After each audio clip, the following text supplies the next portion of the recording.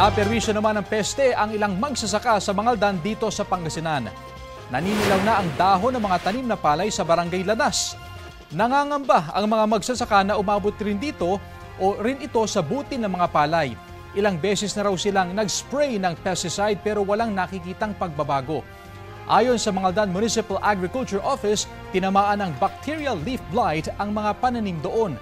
Handa raw silang tumulong sa mga apektadong magsasaka. Makipag-unayan muna raw sila sa tanggapan nila bago gumamit ng pesticide. Ayon naman sa Department of Agriculture, hanggang kalahati ang pwedeng mawala sa aanihing palay kapag tinamaan ng bacterial leaf blight. Kaya iwasan daw ang labis na pagpapatuwid para hindi kumalat ang sakit. Bunutin kaagad ang mga apektadong tanim pero huwag itong ibabaon sa lupa para hindi na makahawa. Iwasan din ang labis na pagdalagay ng pataba, lalo na ng nitrogen. Patuyuin daw muna ang lupa ng 30 araw para mamatay ang BLB bago taniman ulit.